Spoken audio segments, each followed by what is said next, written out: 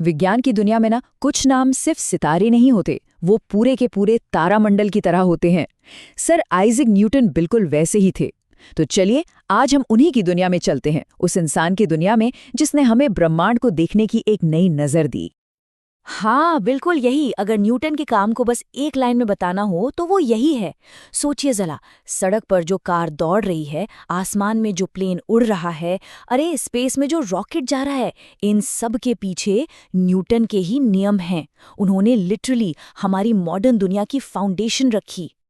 लेकिन सवाल ये है कि ये सब शुरू कैसे हुआ? आखिर इतना बड़ा जीनियस बना कैसे? हर कहानी की एक शुरुआत होती है ना? तो चलिए जरा टाइम में पीछे चलते हैं और देखते हैं कि कैसे एक लड़के ने दुनिया को देखने का हमारा नजरिया ही बदल डाला। तो सबसे पहले बात करते हैं सेक्शन 1 की, न्यूटन का एक साइंटिफिक इंट्रोडक्शन। यहीं से वो बुनियाद पड़ी जिस पर उनकी जबरदस्त खोजों की इमारत खड़ी हुई। और अब कहानी का सबसे दिलचस्प हिस्सा, सेक्शन 2, प्लेग के साल और उनकी खोजें।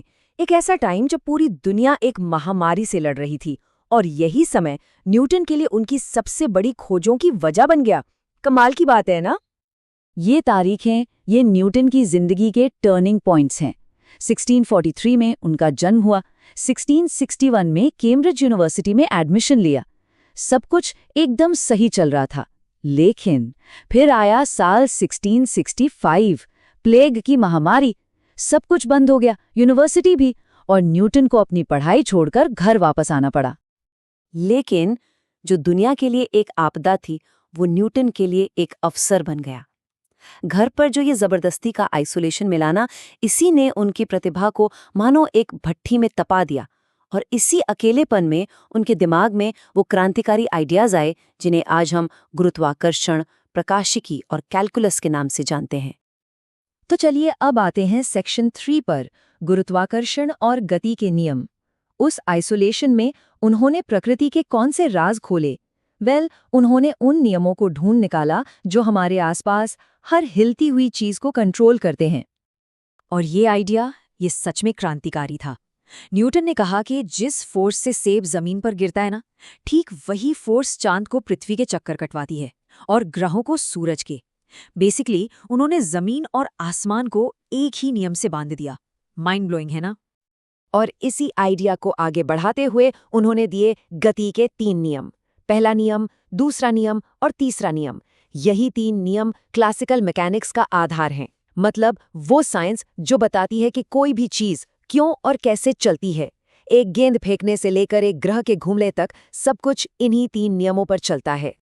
अपने इन दुनिया बदलने वाले आइडियाज को उन्होंने 1687 में अपनी किताब प्रिंसिपिया मैथमेटिका में पब्लिश किया।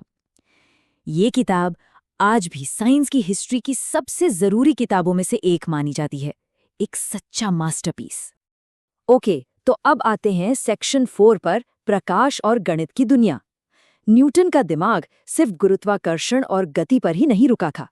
ओम नो, उन्होंने प्रकाश के रहस्यों और गणित की दुनिया में भी उतना ही गहरा गोता लगाया। मतलब उनकी प्रतिभा सच में हैरान करने वाली थी।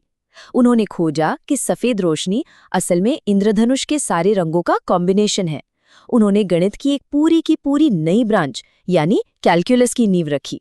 और तो और उन्होंने रिफ्लेक्टिंग टेलीस्कोप का भी आविष्कार किया। तो ये टेलीस्कोप इतना बड़ा बदलाव क्यों था? देखिए, उस टाइम की जो पारंपरिक दूरबीनें थी ना, वो लेंस इस्तेमाल करती थीं और लेंस की वजह से इमेज के किनारों पर कलर डिस्टॉर्शन आ जाता था। न्यूटन ने इसका एक सिंपल पर शानदार सॉल्यूशन निकाला। उन्होंने लेंस की जगह शीशों का इस्तेमाल किया, जिससे एकदम क्रिस्टल क्लियर इमेज मिलती थी। और जैसे प्रिंसिपिया में उन्होंने गति और गुरुत्वाकर्षण के बारे में सब कुछ बताया था, वैसे ही प्रकाश और रंगों पर अपनी सारी रिसर्च उन्होंने अपनी दूसरी मशहूर किताब ऑप्टिक्स में विस्तार से लिखी। और अब हम पहुंच गए हैं अपने फाइनल सेक्शन पर, सेक्शन 5, न्यूटन की स्थायी विरासत। तो इन सारी खोजों का दुनिया पर असर क्या हुआ?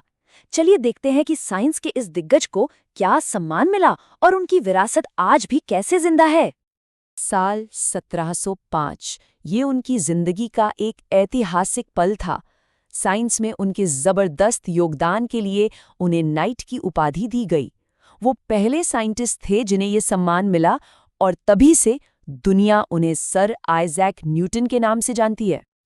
और आज सदियों बाद भी सर आइजैक न्यूटन का नाम साइंस की दुनिया में सम्मान और प्रतिभा का दूसरा नाम है। उनकी खोजें आज भी हमारी साइंटिफिक नॉलेज की बुनियाद हैं। तो इस सफर को हम इसी एक सवाल पर खत्म करते हैं। जरा सोचिए, अगर न्यूटन ना होते तो आज हमारी दुनिया कैसी होती? क्या हमारे पास स्मार्टफोन्स होते, जीपीएस? क्या हम स्पेस में सैटेलाइट्स भेज